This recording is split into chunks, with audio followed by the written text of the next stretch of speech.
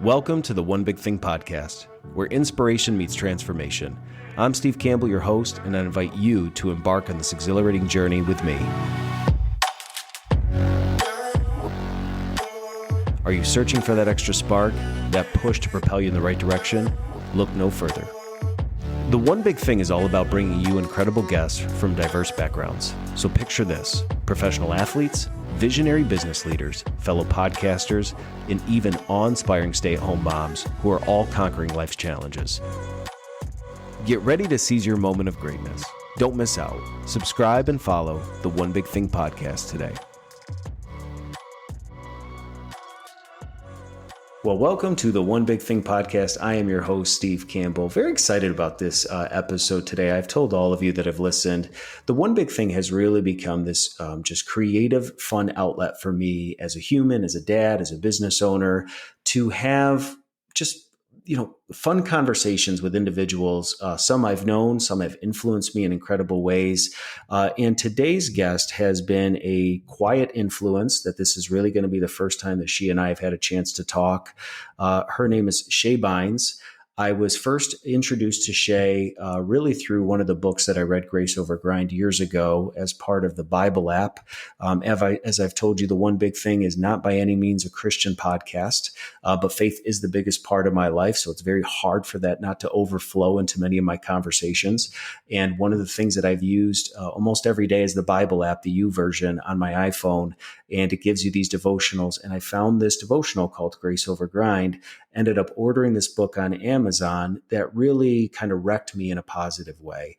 And so who would have known years ago that God would have uniquely created a pathway for me to interview some of the people that have influenced me in such incredible ways, and today is no exception. So I want to welcome to the One Big Thing podcast studio, Shae Bynes.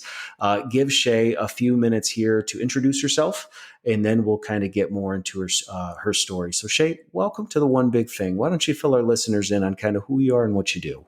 Sure. And thanks for having me. And it was cool to hear that background because I didn't know all of that information. Yep. So that was fun. So I am a child of God. I am a wife of my husband, Phil. We've been together since age 16 Awesome. And married for 24 years now. Wow.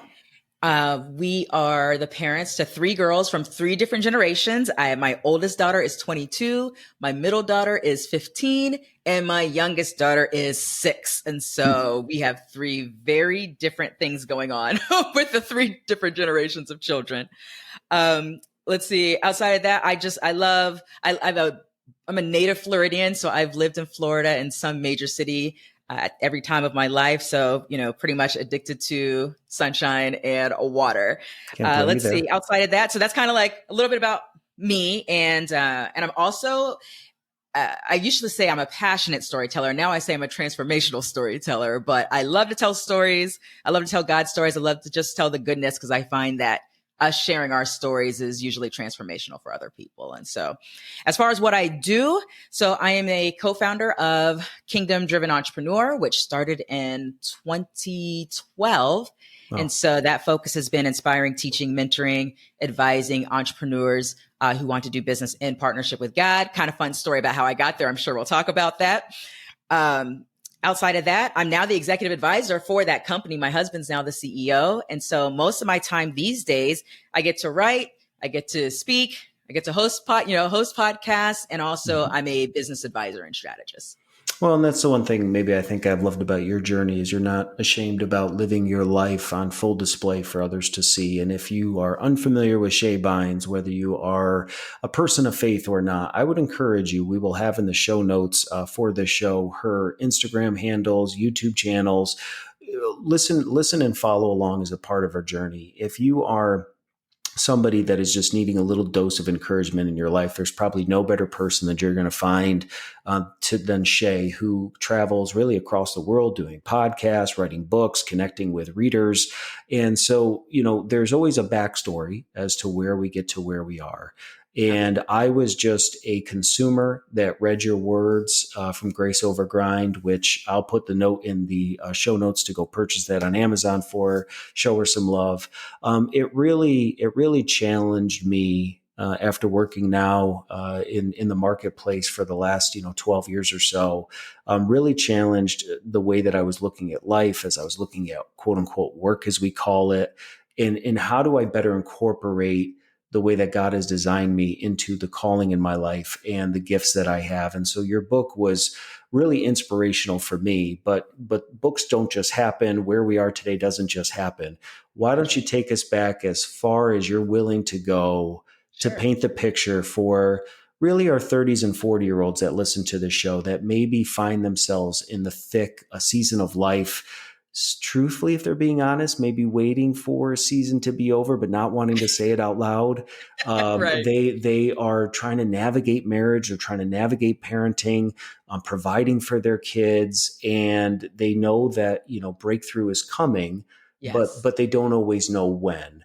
I think a story like yours will help maybe add some contextualization in terms of you didn't just get to where you are today, having Phil run the business and working in your role. So why don't you take some of our listeners back to kind of share the unique pathways to get to where you were today? Sure. And also provide this context. So I'm in my 40s. I'm 46 years old. And so, all right. So if I think I'll start here. So I went to college for computer science. And I was a pretty motivated, achievement-driven, achievement-oriented person. Okay. So I set my goals. I'm going to go for it. Whatever it takes, I'm going after it. And so when I finished college, I actually got married right after. It was like college. Got married on August 1st of 1999. And then a week after that, got married and then started a corporate career a couple of weeks later. So I started off a career in technology. And so I was working at IBM. It was a great career. I was there for a little over 10 years in various positions. And I always had a business on the side, because I wanted to have options. It had a really great paying job. So it wasn't as much financial as it was just another way to express some creativity, just do something that I thought was interesting. And if they ever decided they wanted to lay me off, I wanted to know that I had options, right? And so that was kind of where I was coming from. And now fast forward to 2009. So now I had been at this career for 10 years. And I was doing what I did every January of the year, which is I would write out all my goals and all my plans.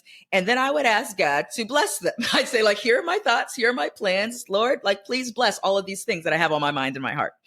And something interesting happened to me that year in 2009. I did what I normally did in January, but I had this thought, Steve, that came after I made that prayer. I had this thought, and this thought was, you're going to leave your job by June of 2010. And now I didn't think that thought was my thought, because I'm a strategist and I was at that time a program director, a project manager. I would have known if that was my thought, right? Because I would have already planned it and had a whole strategy around it. Yep. So I was like, I think that this is like a God thought. And so I wrote it down in my journal, and I'm like, I don't know how that's going to happen, what that looks like, but I just wrote it down. So I go throughout the rest of that year, increasingly uncomfortable in my job. It was almost like I'm getting this constant nudge, like, be prepared to go, And so I created this list of all the things I felt like I needed to do to make it make sense for me to leave a high paid corporate job to go full time in a business, which at that time was real estate investing.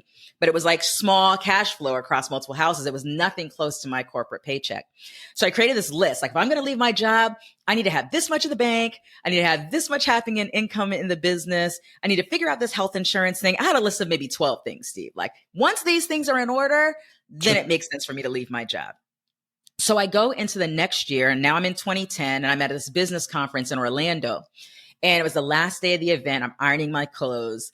And, I forgot to mention that I was praying that asked, Lord, let them lay me off. Because if they lay me off, then I'll get a year's worth of severance pay. I'll have health insurance for a year. And that gives me such a, segue into this transition. And then as people were getting laid off in the company, I got promoted. Okay, so note that. So now I know I'm not going to be able to leave based off of getting laid off. Completely opposite, I get promoted. So that important note. So I go into this next year. I'm at this business conference, ironing my clothes, getting ready. And I had that thought that was, you're going to leave your job by June of 2010. I had another thought, but this one was a loud thought. It's not a soft thought, but a loud thought. And it was just go. And it shook me because it wasn't me. It wasn't my thought process. It was just like, I'm in the middle of ironing my clothes, minding my business, and I get this strong go. So I was really kind of shaken up by it, to be honest with you. But then there was such a peace with it. So I called my husband and I'm like, babe, I don't know how to tell you this, but I really feel like God's saying it's time for me to go from this job. It doesn't make any sense, but I really feel like it's time to go. My husband, who has a gift of faith, that even though it made 0 sense on paper, he's like, if that's what God's doing, like, let's go for it. Way to go, so Phil. I go home. What's that? Way to go, Phil. Way to go, Phil, right? Like a gift of faith. If we were on the other side, I would not have had that same response if this was flipped. So I go home from this conference and I called my boss that Monday and was like, I don't know how to tell you this, but I got to give my 30 days notice. And he's like, where are you going? I'm like, I don't know. To do what? I don't know. And it's like, it was just really crazy and completely outside of how I would normally do things. So sure enough, my last day in my corporate career was May 31st, 2010, one day before June of 2010, and then began my full-time entrepreneurship journey. Now, what's interesting about that is that I went into like hustle and grind mode. Because remember, I was super achievement oriented, like driven. So I was like, I can make this thing happen. I know that I didn't leave based off of my own plan, but now I'm going to create my own plan and I'm going to make this business happen. Yeah. And 6 months in of what I call my season of faithless action taking, of knowing exactly what to do, but I made like this much progress. Like it was not making, it was kind of pathetic.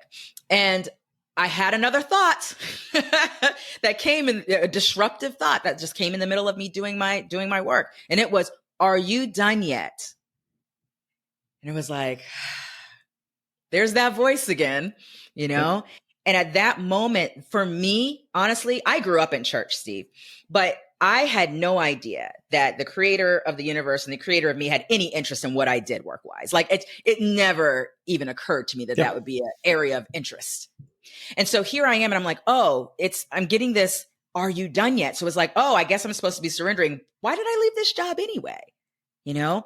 And so I'm going to pause here to see if you want to go anywhere before I keep going, because I'll keep going. Well, I think your story really resonates too with a lot of our listeners, because what I would say maybe the challenge as a person of faith is the balance between being prepared and responding in obedience and then just completely overdoing it.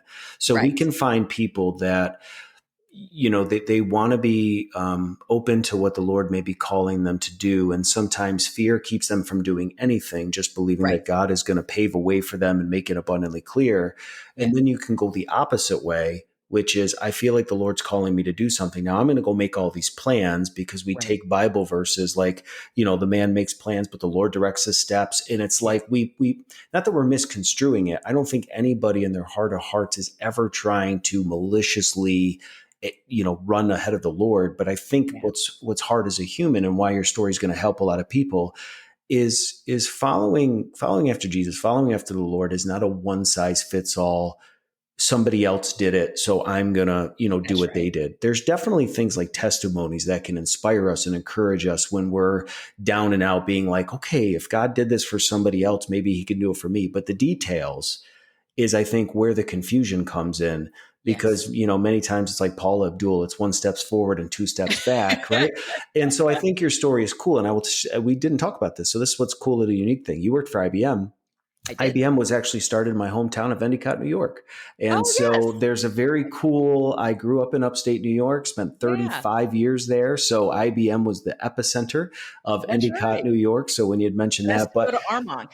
I would go back and forth to Armonk because of headquarters, and I was in Connecticut at the time. Yeah. Well, I don't want to stop anything else other than just thanking you for being so transparent that, sometimes, again, whether you're a person of faith or not, life can be confusing. There's decisions to be made, especially when you're married and you have a spouse and you can't just make decisions on your own. So just keep walking us through this journey, and we'll just keep diving deeper as we get into it. All right, cool. All right. So I get to that point where I left off with it's, are you done yet? Mm-hmm. And so at that point, I'm like, okay, apparently there's a reason why I was supposed to leave this job. I don't know why that wasn't obvious to me before, but maybe I should seek the one who is nudging me out of this job. And so I was like, duh. And so that began my actually paying attention and actually really seeking God and just kind of just seeking and asking questions, inquiring and praying, and just kind of seeing why is it that I left this thriving corporate career at a time that made absolutely no sense on paper, right. And where am I supposed to go from here? And so that began a new walk for me. It just kind of like a new layer of surrender, and even a new layer of even understanding that God desired to be intricately involved in that area of my life, because I had lived pretty compartmentalized up to that time, Mm-hmm. And so fast forward a couple of years, I continued in my real estate business, but now I had a different sensitivity to how I engaged work and what I was doing. So now fast forward, now we're in 2012. One of my friends in the real estate industry contacted me and said, hey, I met this woman. And when I met her, I felt like I'm supposed to connect you with her. And so he did. And when I met her, she said, I have this client that I really feel like I'm supposed to connect you to. So here we are, March 2012. She connects me to this woman named Antonina Gear.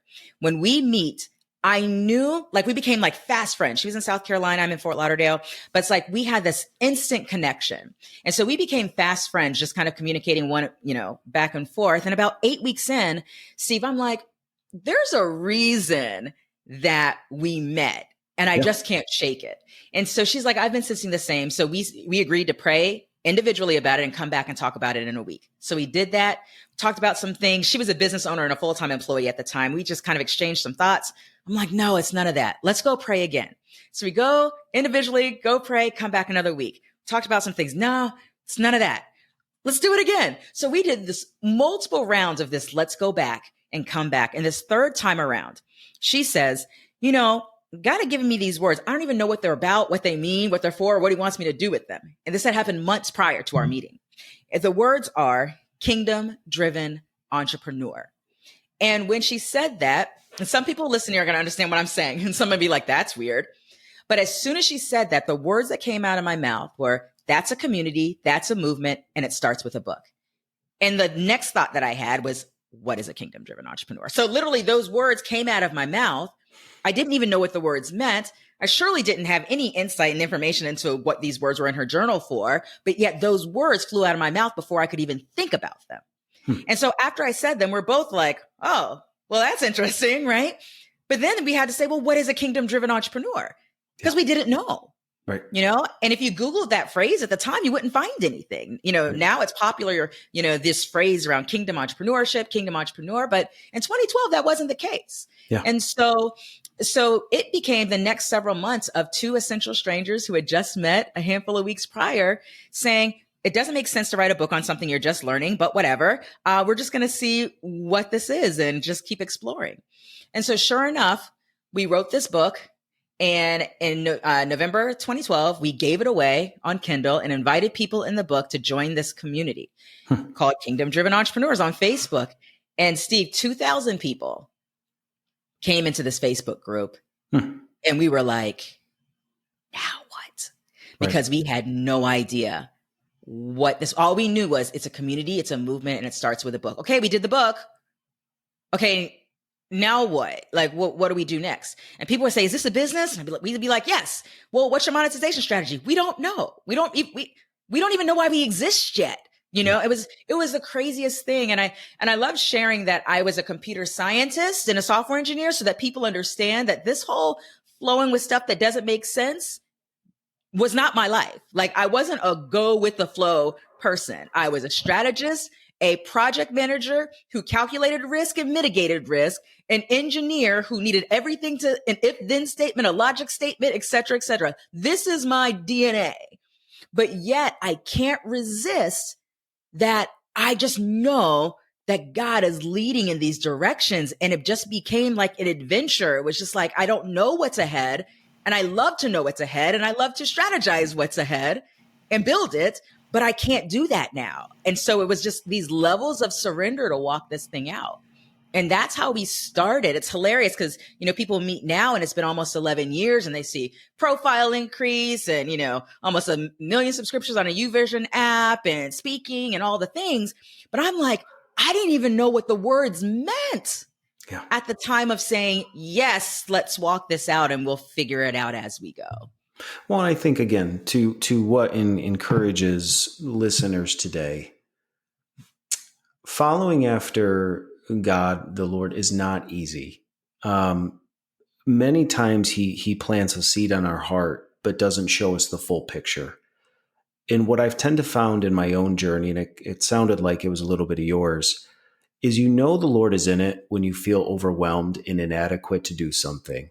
And I'm not saying convicted or feeling condemned like you're not good enough. It's not that. Right. It's the kingdom driven, what you just talked about. Like, I don't even know what to do. Like, that's many times what I've experienced in my life is where God takes us in.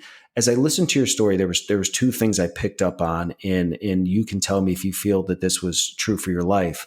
Mm-hmm. If you would have stayed in the job, this opportunity would have never came, because as long as we hold on to the thing that's comfortable and safe, God will never show us the things that seem very unsafe and irresponsible, but are actually the greatest breakthroughs of where you come alive in life. And I Yes. feel like there's maybe some listeners out there that have been teetering on what's comfortable, what's safe, what's recognizable versus this call to relocate, this call to change careers, this call to quit your job and be a stay-at-home parent, this Yes. call to go to public school, this call to stay home with your kids. And what's happening is you're trying to make decisions on the end of the fruit without committing to actually stepping forward in faith and wondering, where is God?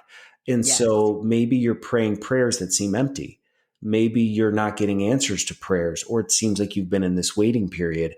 I guess what your story challenges even me to is, but what steps of faith have we actually taken to show God we're in this with you? If we're Yeah. still holding on to the thing that makes us feel good, then God can't is not the right answer, because he can do whatever he wants. Right. But he will withhold certain things from us until we're willing to take a radical step of faith. And you'll know you're there. And this is, again, I kind of told you pre-show why I started the One Big Thing. I went to school to be a school teacher. I got a master's degree in social studies education to teach 7 through 12-year-olds, 12th graders. I went to undergrad, got my master's, went and did my student teaching. And when I got into it, I thought, this isn't what I want to do. Like, this isn't what I thought it was. There was, at that point in school, 2010, there was just too many things in the public school system that I could never break through. Kids that were dealing with challenges, early pregnancy, abusive parents, and feeling like you couldn't actually be an advocate for these kids Right. because of the way that schools were set up. And there was this disconnection in my life between what I had been leading up to for these 18 to 22 years and what guidance counselors had told me, and then feeling like, well, did I waste it? And now here I am 10, 12 years later, owning a business, which I would have never thought I would have done, 2 businesses, podcasting, which I would have never thought I would have done. Kind of to your point, people are like, what's the monetization strategy? And I'm like, just keep going. I mean, I'm watching YouTubes. I'm drinking out of a Yes. fire hose. I'm seeking information. And sometimes it can feel like, God, where are you in the middle of all of this? And he's like, I'm right here. That's right. Because there's certain things that we all have to, when you're raising kids and they're young and they fall, your heart is to always want to go pick them up. But there's also other times that when they fall, you want them to know that they're okay. That's And, right. and that doesn't make you a bad parent. And I feel like sometimes what's hard is we're all expecting for God to make things abundantly clear and to show us the way and to always provide and to always meet our needs, which he will. But it's when it feels like I'm lost, I'm stuck, you haven't given me the next turn, the next page, I don't know what to do with this. You're probably right in the center of where God exactly wants you to be. And what I picked up from your story is sometimes you got to pray again. Sometimes you got to go back to the source. Sometimes Yeah.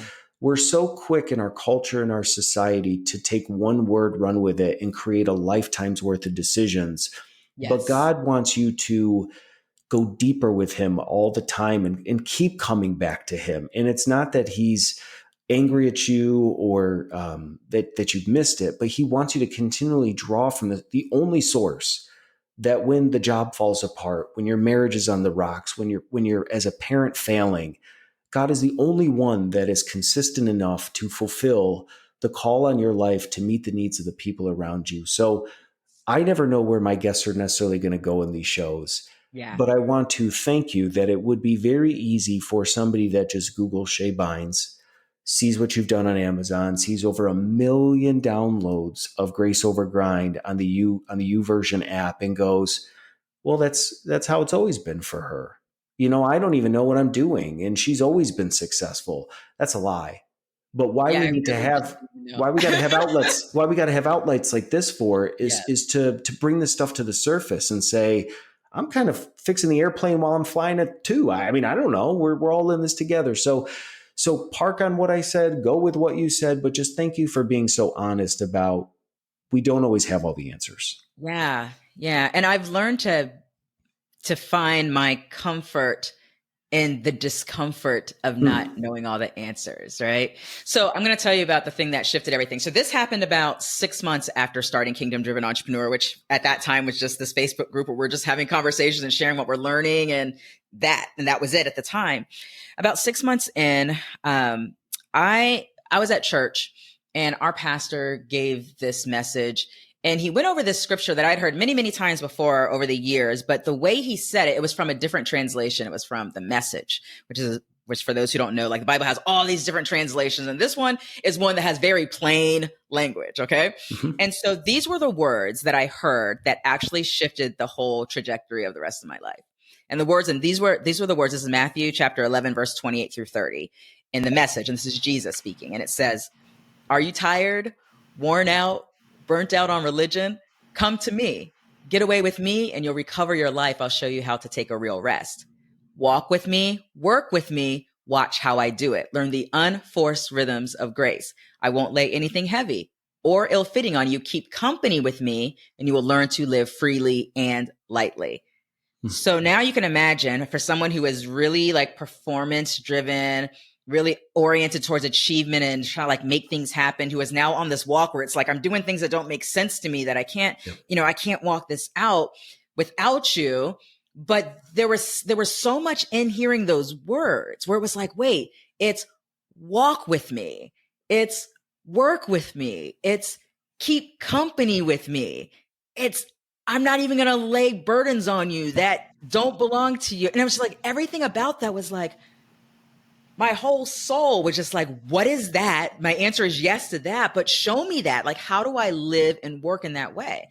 Which is absolutely essential because the whole premise around being a kingdom driven entrepreneur was the ability to do it with God. Not I'm out here doing this for God on a mission, but I'm doing this with God. Going back to what you said, which is not just hearing something once and then developing a whole life plan that you then go off and do on your own, but that co-labor, that partnership, that walking with God. And so that was really hearing those words was such an invitation to me to explore what does that look like in every area of my life? What does it look like to walk with you, work with you, keep company with you, watch how you do it as a wife, as a mom, as a business owner, as a co-leader of this movement with these 3 words that we're just learning what they mean.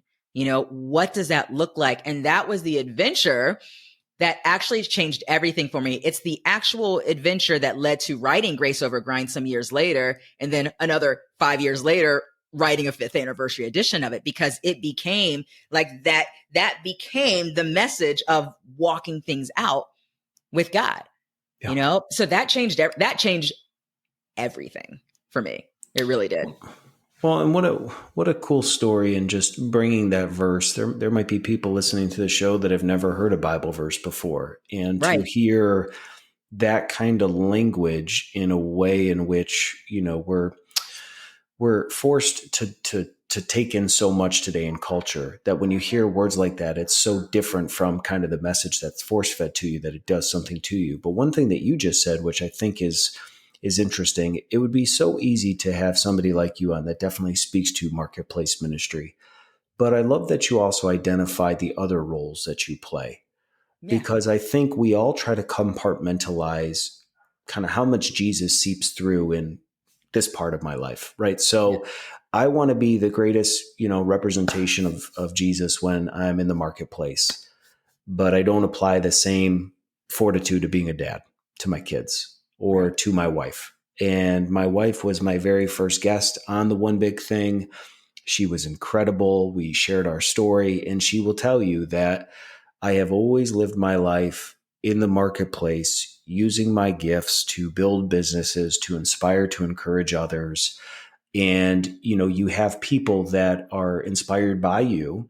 And Right. it's so easy to live in that space and then come home. And the joke that I always said is I got to a point where I realized, man, the world gets Superman all the time. Yeah. And my wife just gets Clark Kent. Yeah, that's good. And you know what I mean? She was like, how come it's so easy for you to encourage other people? How come it's so easy to give your best over here, doing this speaking event, but when you come home, you're just not as engaged. And Yeah. that's hard. But what we've learned in doing these episodes with all of my guests is marriage is such a beautiful relationship that if you will really truly understand that God has given you a partner that yes wants to see the best at you, but truthfully should be challenging you, those parts that you maybe don't want people in the public realizing, it's better to deal with things behind closed doors that may be painful to put your finger on.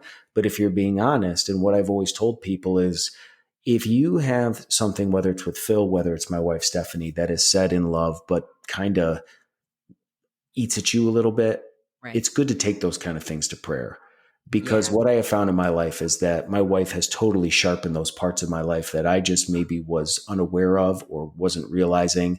And so I think the fact that you mentioned as a mom, as a wife, don't let this episode, which is, yes, talking about the marketplace, God has uniquely gifted you that if you will invite him into every aspect of who you are as a person, as a worker, as a parent, as a spouse, as a brother, as a sister, think about all those roles in your life and do an honest deep dive in each one of those areas and just ask the Lord, could I be different? Is there something I'm missing in any one of these roles? And what I have found in my life, and I don't know if this is true for you, when I ask and invite the Lord to see what I'm doing, he'll actually speak.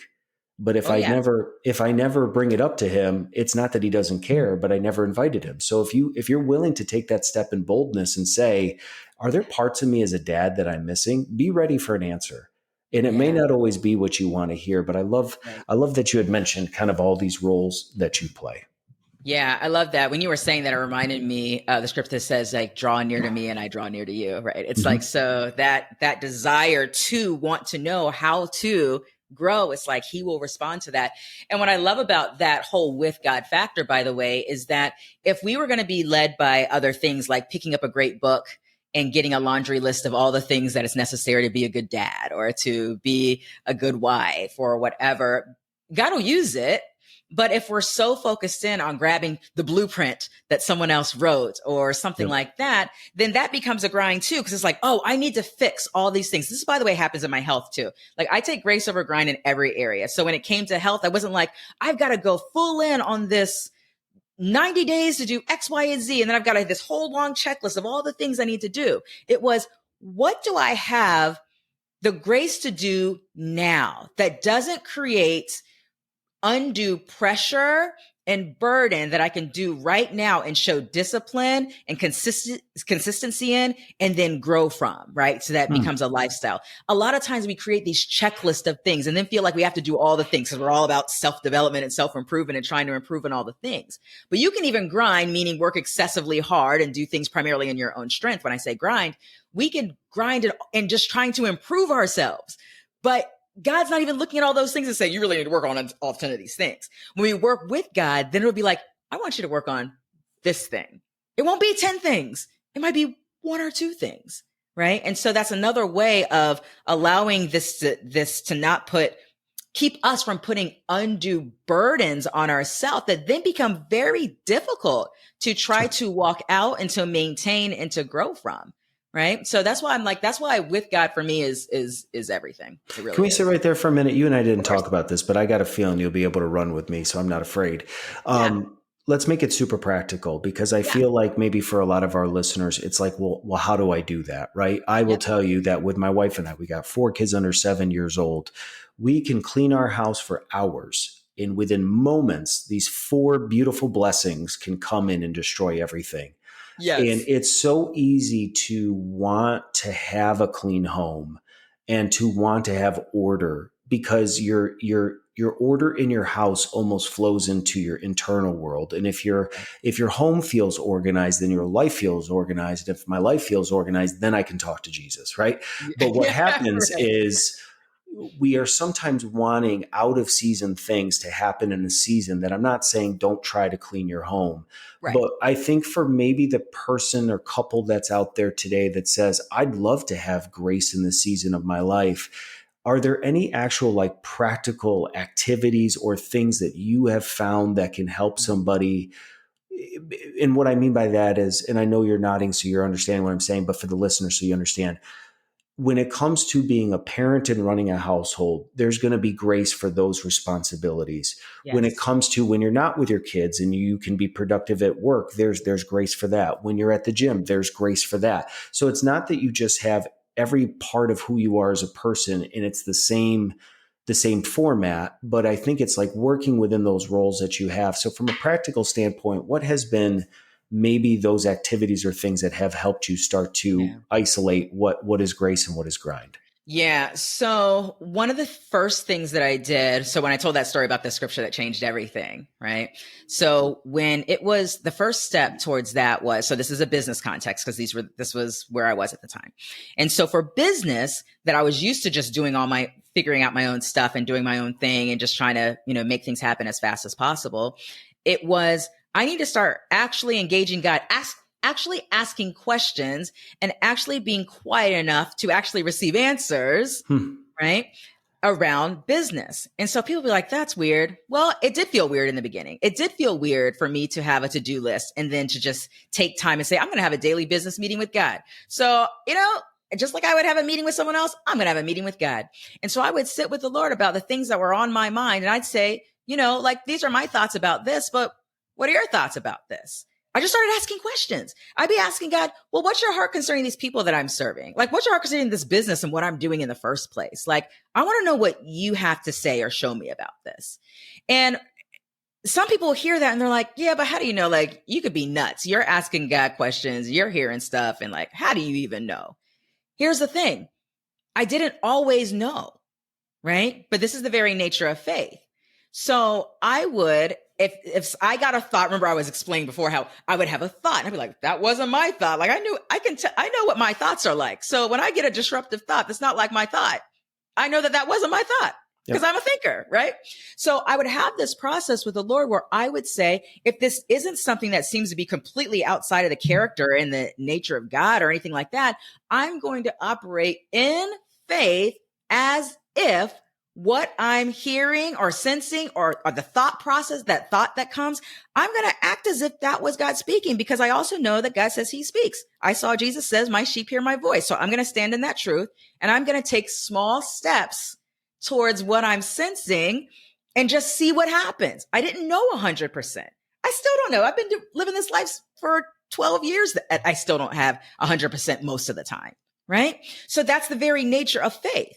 But then as I would start to walk those things out, and so from business, that was me in the business role, but also me, this is what was fun because I had a co-founder and we were both doing this individually and then able to come back and hear how God was speaking to us about similar things. So for us individually, we were growing and then us having that confirmation that it's like, oh, wow, this is what I was sensing. And that's what you were sensing, right? And if we didn't know things, we would just take the step and see what happened, right?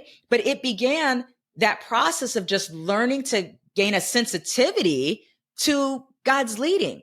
But if we always just sat there and overanalyze, well, I don't know if that was a pizza I ate at 11 p.m. last night, or I don't know if that was my thought, or if that was, some evil spirit's thoughts or something like that, then we'd stay stagnated and we would never know that we heard from God. So it was the freedom of beginning to take steps as if, but it began with actually inquiry, like asking questions and being quiet enough to hear. Was there consistency to this approach? Did you do it same time every day or was it kind of just random? In the beginning, I did because I was cultivating, I was trying to start something new that I'd never done before. Sure. So for me, daily business meeting with God was like, I work Monday through Friday. If I'm working, that's going to be the first thing I do, when I start the day.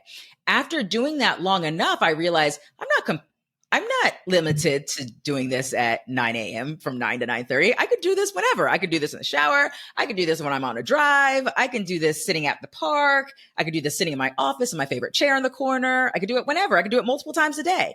So I kind of pulled myself out of the box, but it took the ongoing, consistent, like if you're wanting to build intimacy, just like a relationship, right? If you want to have intimacy and understanding and grow, it takes time. And so I'm trying to grow in friendship and understanding and even hearing God's voice and responding. So I had to commit time. It wasn't like a religious discipline. It was just me wanting to be committed to growing and understanding and listening and experimenting, with God. And so that's where it started. And I did that for a long time before I took it out of the box. But that was the starting point. I'm going to give you a super practical example as a parent of something that happened, right? So that was me in business. A recent, like last year example as a parent. I had a situation where my middle daughter, who's 15, I was going to pick her up from school. She comes in the car and I don't want to go into the details of the story because it's her story, but basically what happened was she came into the car and there was a question that I need to ask her based off of something that I saw when she came into the car. So I asked the question. She gave me an answer. I was not satisfied with this answer at all. And so I have a decision to make. Now, as inquisitive mom who wants to know all the things, I wanted to go in to ask a whole bunch of questions. Instead, before I did that, when she just got into the car, when I'm just picking her up, I had a moment of pause. And I'm actually having a conversation with Holy Spirit. I'm like, Lord, I asked the question. It was just in my mind. I wasn't talking out loud. Do I ask these questions or do I be quiet and leave it alone? And it was as clear as day, leave it alone. So instead of now engaging in a conversation that could have ended up being combative or whatever, it was like, okay, I'm going to trust you that I don't have to say this now. And now later I was like, okay, so now do I talk about it? But in that moment, it was like, okay, this isn't the way to do this right now. So I'm just going to be like, I trust you, Lord. I'm going to not do that. And we're just going to walk this out. And eventually it wasn't even a thing. We had a conversation and it was all fine. But in that moment, I could have really kind of come off as like I'm attacking her and her sensitive personality, who knows like what that would have created. That wouldn't have been my intent, but I just have another level of energy around me, than she does. And so being sensitive to even how to engage my kids at the time that I want to do things based off of my personality or how I want to do them, but wanting to be sensitive to how he's created them, And so as a parent, that's why I have to parent with God with all my kids individually, because they're three extraordinarily different kids. Our third daughter has autism and it's a whole nother life with her. There's very few lessons, if any, that I can take from parenting my oldest daughter at 22 that has anything to do with this one at 15. And there's nothing with little mama Grace, the Grace baby, I call her. Her name's Malia Grace. At 6 with autism, there's very few lessons in my parenting from either of my older two that have anything to do with how this one's designed, how this one's wired, how to engage this one.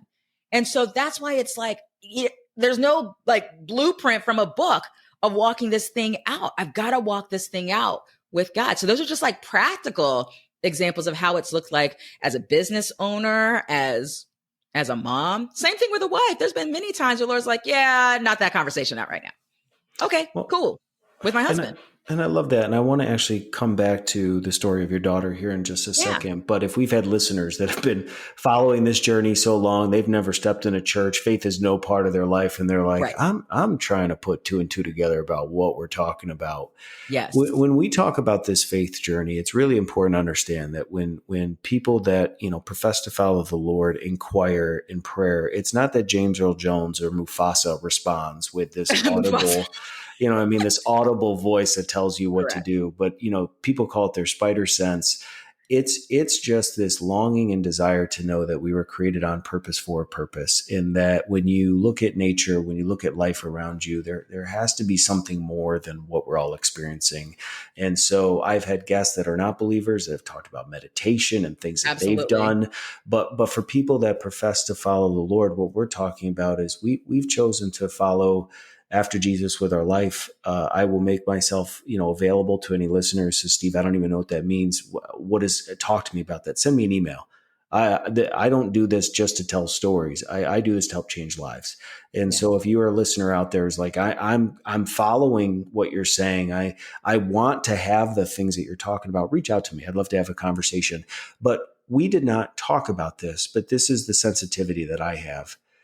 Um, I got to imagine whether it's autism, special needs at any level, Mm-hmm. there are parents that are out there right now, maybe struggling, struggling to not only maybe raise a child with special needs, but then also maybe not put so much love on that child that the other children feel neglected.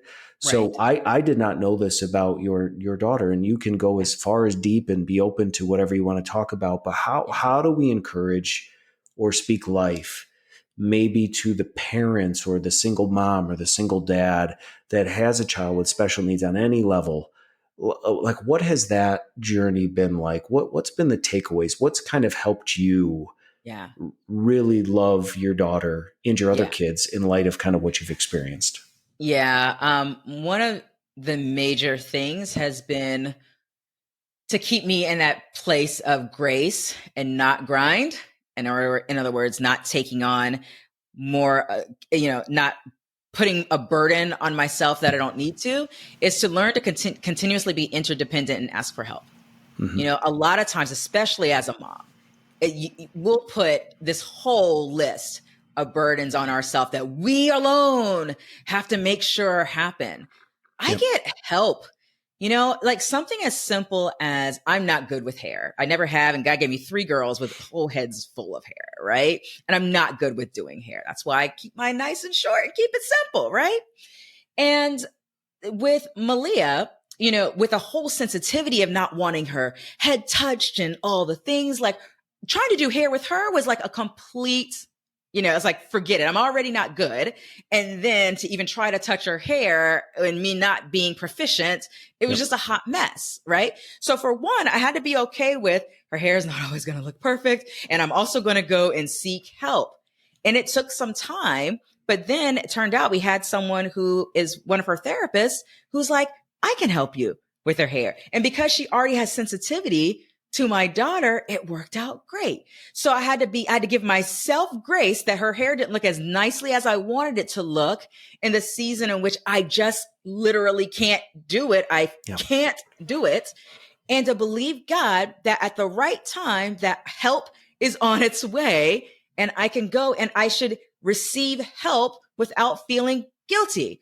I started when I was feeling like, wait, there's a whole lot going on. What else can I let go? Hey, Hello Fresh and other food things where all I had to do is figure out what things I wanted to eat and then have boxes shipped to the house that we still have to cook them.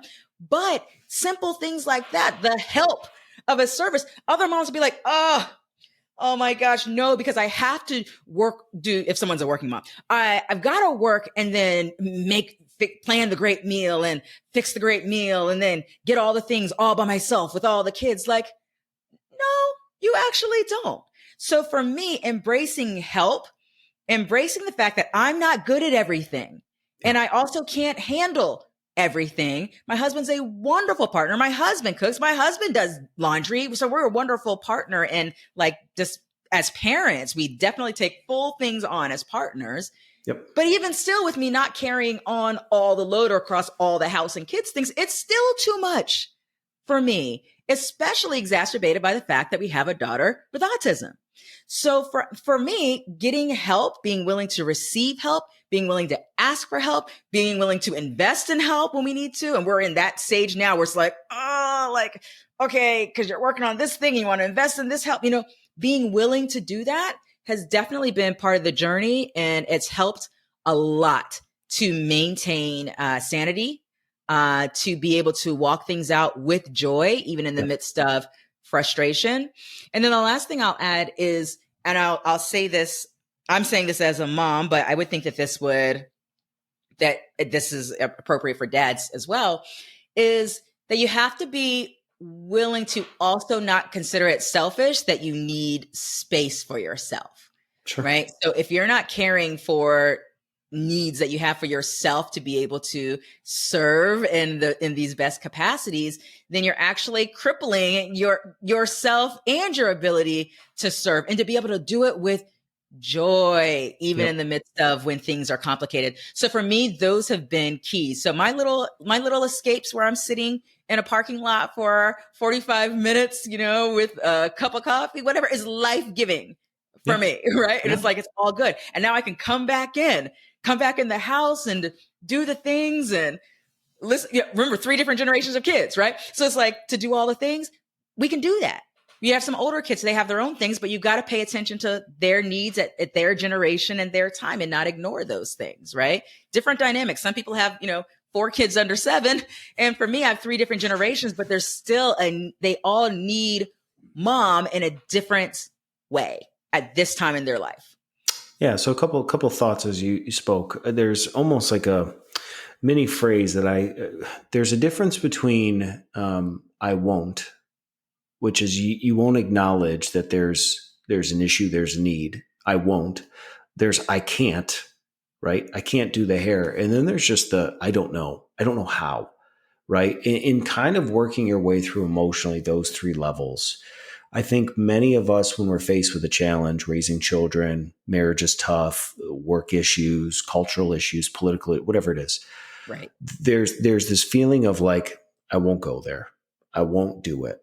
Because it keeps us in a safe space, but we're actually then neglecting the stewardship of what God's called us to do.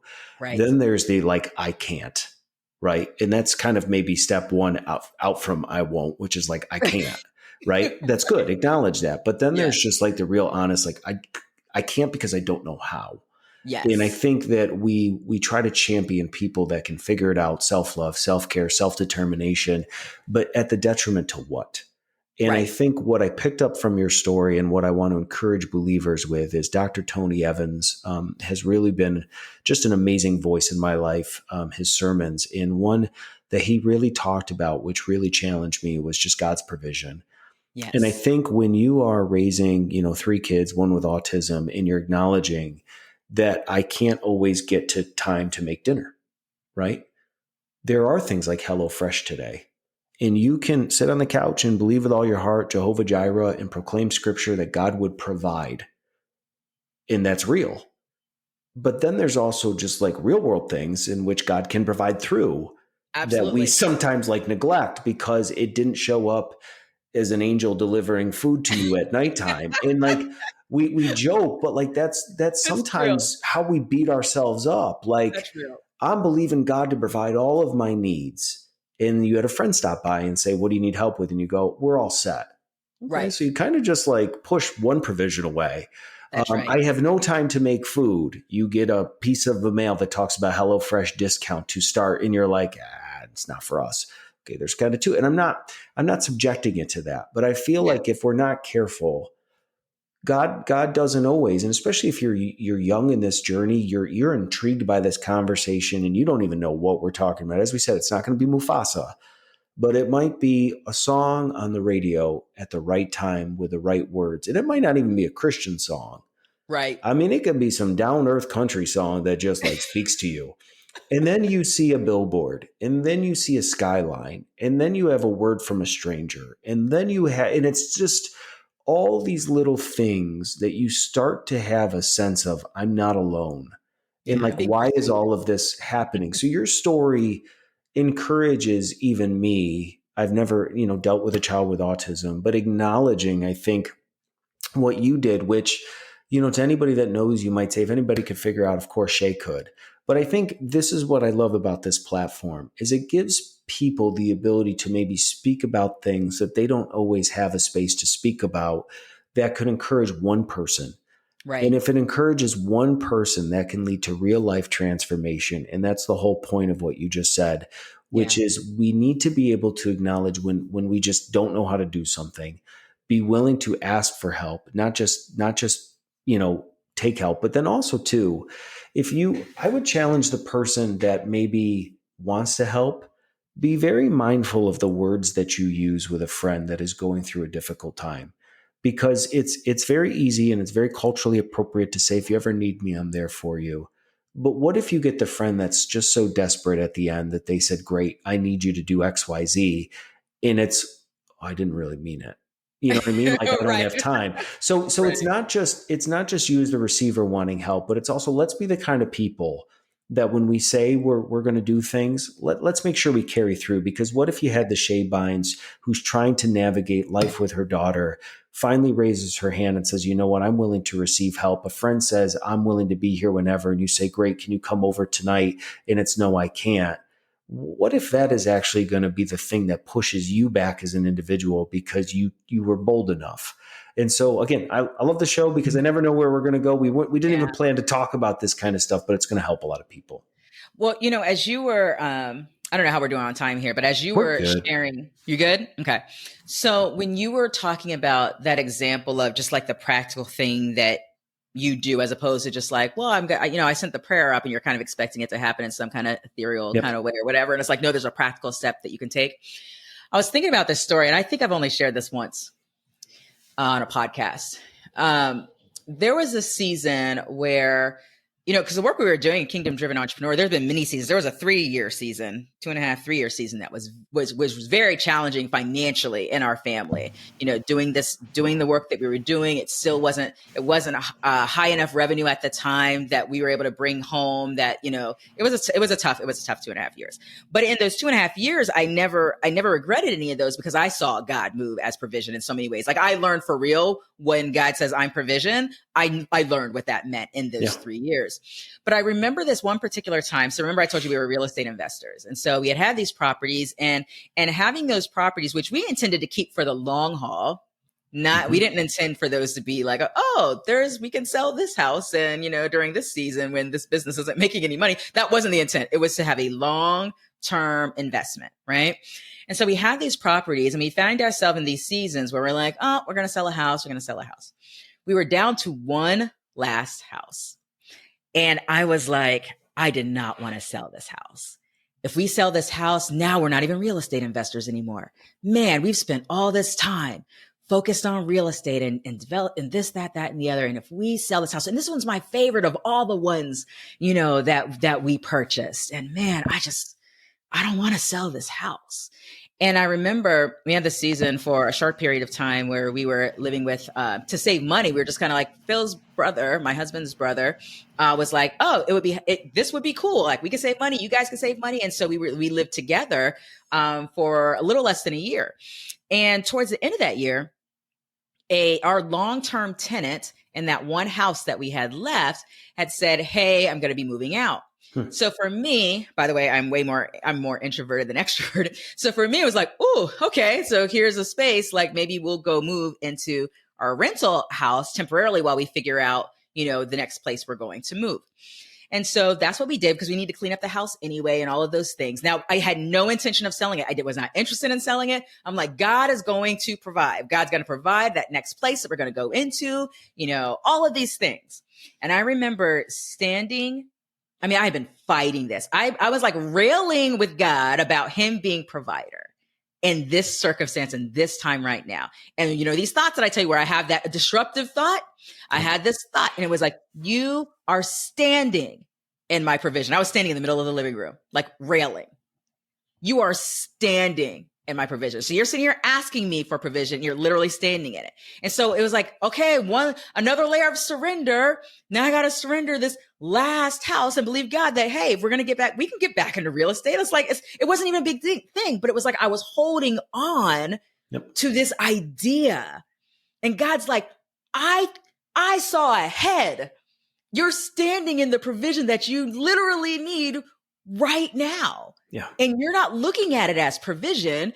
You're looking at it as this is a loss from my previous, what we've been building. And I'm saying, I'm Jehovah Jireh. I go ahead and I make provision and I'm provision myself. And you're standing in it. And that was very humbling, because I had to realize, okay, like, do I operate in the things that, like, sometimes you have these moments when you are walking things out as a mentor, as a teacher, as an author, and you have these moments of like those come to Jesus moments where it's like, another opportunity to upgrade, that I actually walk what I say. Yeah. And I had one of those moments sitting in that living room when I was so against the idea of selling that, because I had my desire, my plan, because I really wanted us to still be real estate investors. And he's like, you can be a real estate investor in 2 seconds. Like, what are you talking about? You're standing in provision that I made available for you. I just felt like that might help somebody. Yeah, no, I love it, because what I have found is usually the areas of my life that I ask it to reveal more of himself in those things. Yeah. Honor. Read a book by John Bevere about honor.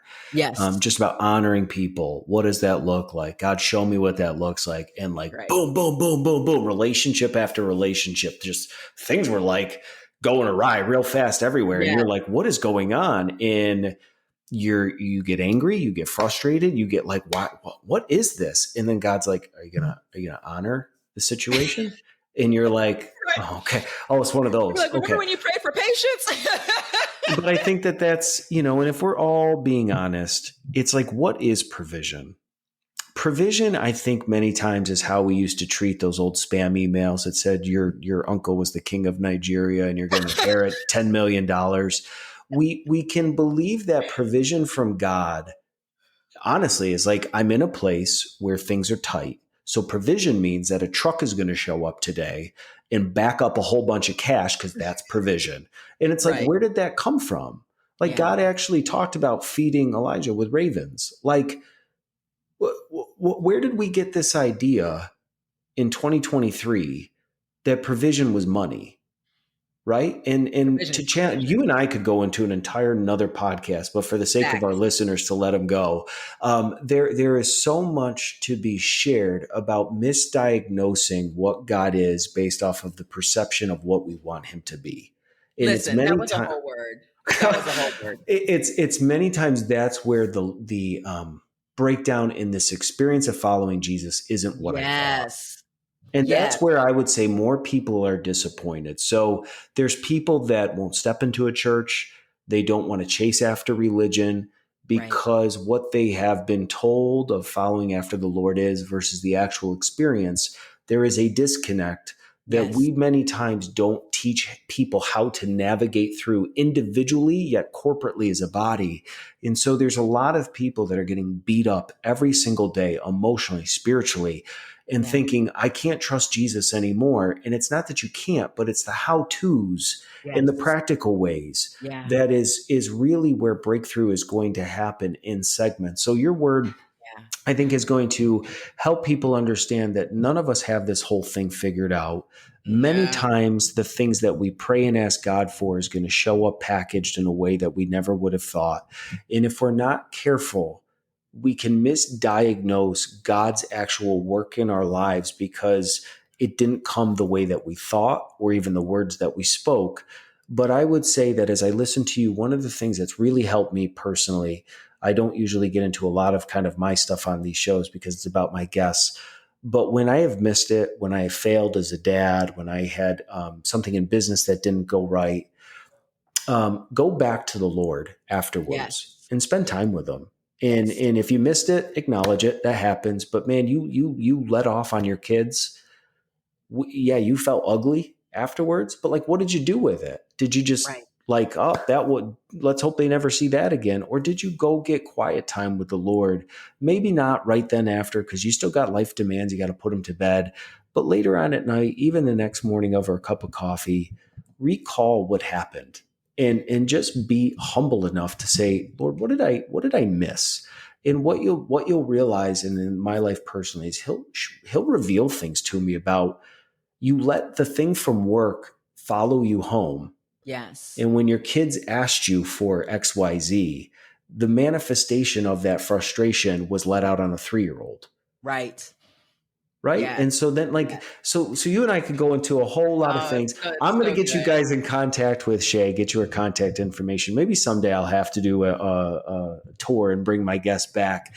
I don't know I don't know if you're ready to kind of jump into it for the sake of time. I'd kind of prepped you that I try to finish all of these shows with a start, stop, continue. Oh, okay. Yes, I recall that. Yes. So what we try to do in this segment, which again, if you're like, I don't know, I've never written an Amazon bestseller, I've never been in Shae's shoes, there's probably going to be some things in this segment that she's going to share, which has become a popular segment. So if you're new to the one big thing, at the end of every episode, I challenge my guests to come up with one thing that you'd love to start doing, one thing that you want to be honest about you need to stop doing, and then let's champion each other. What's one thing you want to continue doing in this season of life? So if you're ready, you can just get into which, just acknowledge what it is and you can share right away. Okay, cool. So for start, I'm in the season of starting reducing processed sugar, consuming processed sugar. Love that. Yep. So I'm in the process. And I didn't go cold turkey because that would be grind for me. So Grace, she had a Reese cup right before this recording. So just kidding. Such a nut. So that's a start. A stop would be to stop overthinking. So I spent over a decade in audio as my long form content focus, and also writing. I love to write books. I love doing audio, but recently the Lord's been talking to me a lot about a shift to video. And so for me, I have to stop overthinking some of the things that surround, really making this shift into long form in video as an even short term, and trying to communicate in short term video clips. I've been overthinking a lot in the area of video. And so I need to stop overthinking that. And then for continue, when I think about one of my most favorite things to do in life, which is to tell transformational stories that impact others' lives, I would say I want to absolutely continue. I want to continue to do that for the rest of my life. Yeah, I told God, if you keep giving me awesome God stories to tell, I will keep telling them for the rest of my life. That was my prayer many years ago, and it still is my prayer. And that's what I love about this start, stop, continue. If you've been jiving for this hour with us, you might think start, stop, continue is going to be this overly spiritual, I need to continue to pray more. I need to start no, dude, we're humans. I need to stop having sugar because when I have sugar, I don't feel good. And when I don't feel good, it's harder for me to draw closer to the Lord because in my time with him, I feel bad about myself. When I feel bad about myself because of the stuff that I ate, it's harder for me to be intimate with the Lord. So we got to stop over spiritualizing everything too, and just be honest that for us, it might be, I want to stop eating past a certain time. I want to fast. I want to stop consuming sugars because those things are affecting the spiritual aspect of my life, whether I realize it or not. So what's been so cool about these start, stop, continues is I don't know what anybody's going to say. Right. But the outcome will be exactly what a listener needs to hear. Yes, absolutely. Which is what I love. So, Shae, I want to thank you for taking a chance, truthfully, for coming on the show. I know you didn't really necessarily know what to expect. Hopefully, it's been a life-giving experience for you. We will put your contact information in the show notes, access to your books on Amazon, ways to get in touch. But I just want to say thank you as a host of the show for being honest and transparent about every facet of your life, from the backstory to about your daughters, to just even where you are today. So thanks for being on the One Big Thing podcast. Absolutely. Thanks for having me, Steve.